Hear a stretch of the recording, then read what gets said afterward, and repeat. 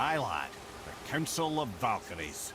The Valkyries are of Valhalla, are they not? Glad to see you're paying attention, brother. You are correct. Valhalla, the great hall of the Einherjar, is their home within Asgard. But while there, they are subject to the scrutiny of the All-Father himself. And relations between the Valkyries and Odin were tense during my tenure as his advisor. Why? Well, that's an even longer story, lad. For now, why don't we look around for some clues?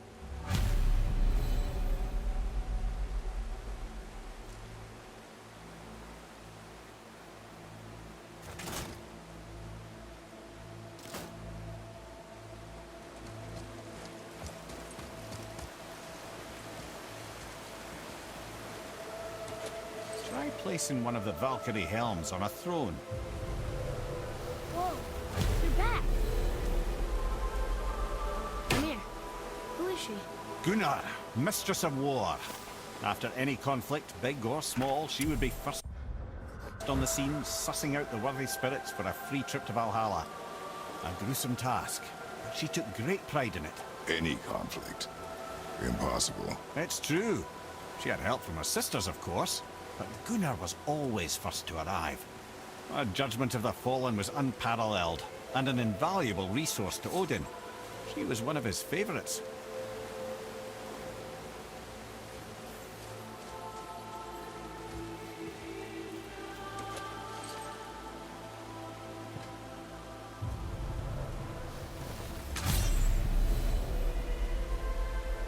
Ah, Gondul.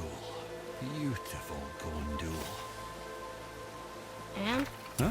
That's it? Beautiful Gondul? No story or anything? Oh, sorry, lad. The sight of Gondul always took my breath away. Gondul had a silver tongue, a sharp wit, and struck a figure so stunning it literally drove men insane. Odin forbid her from setting foot in Midgard after a time, as insanity is not a welcome trait in Valhalla.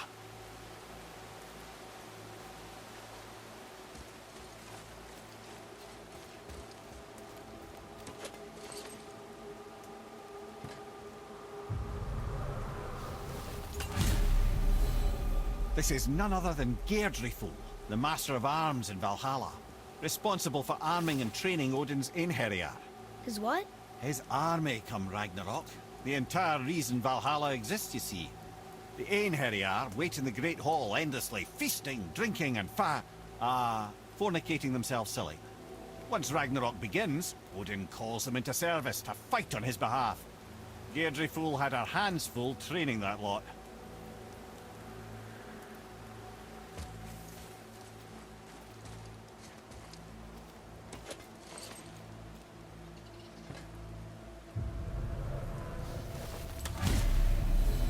This, my friends, is Kara. Now, Valkyries are volatile by nature, but Kara, the lass is wild storm personified. A wild storm. Aye, calm and collected. Then the air would shift and the fury of her storm would unleash. 'Twas beautiful in a way, assuming you could find proper shelter. Her tears would cleanse the blood-soaked battlefields.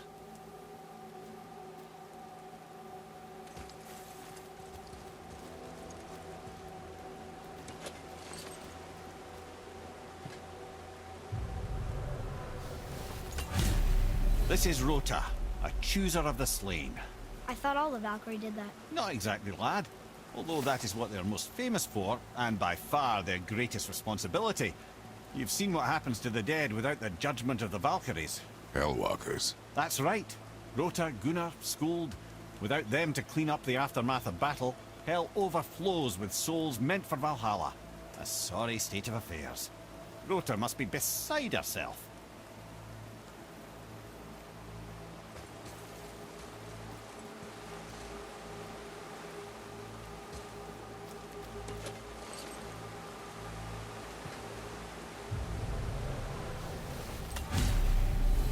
Ah, here we have Air, the healer.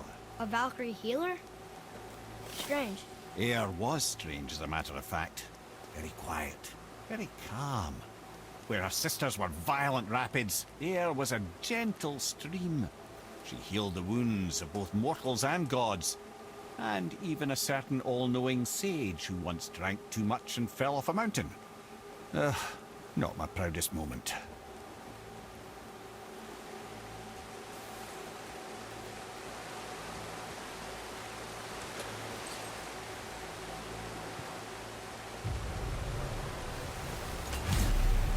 Well, well, Hilda, mistress of battle. She and Odin got on quite well, actually. Her and the other Valkyries, not so much. She would spend most of her time here in Midgard observing discord between the living, and sewing some up herself from time to time. She lived for conflict. Some say she was conflict personified.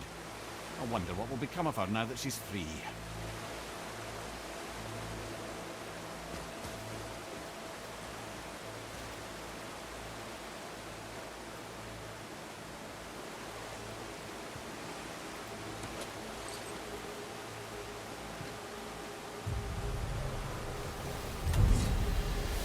Olrun, once the daughter of a powerful chieftain. She fell defending him during a Reaver attack. Olrun was escorted to Valhalla, where she chose to devote her afterlife to the pursuit of knowledge above all else.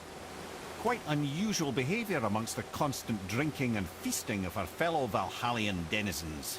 How'd she end up a Valkyrie? Odin. He saw a kindred spirit in Olrun's single-minded pursuit of knowledge. He appointed her as the Valkyrie's resident historian.